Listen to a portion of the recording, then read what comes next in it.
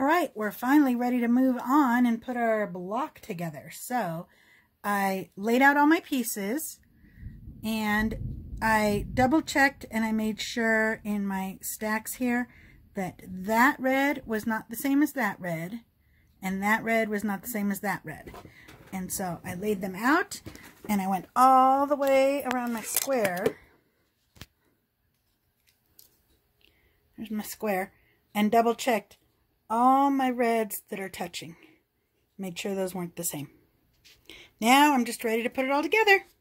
All right, one other thing I want to point out is that on these little, I'm going to call them tulip blocks, the red triangles go towards the tree block and the white cream colored ones go towards the outside of the block.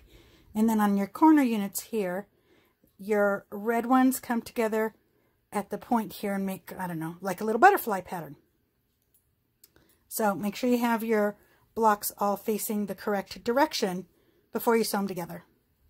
Hey, guess what? We're almost done. We are putting these pieces, top and bottom, on our tree blocks.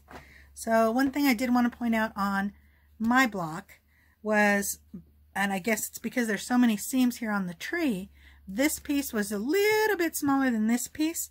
So I had to ease it in. So I did come on the back side and I removed my paper, even though it was water soluble. I tore it out so that I was able to ease this piece into this piece. Ease those pieces together. You also want to make sure, if you don't want to lose your points, that when you're sewing that seam right there, that you hit that point right there so that you get a point here, so you don't lose your point. And then do that on both sides, add your top and bottom, and you are done.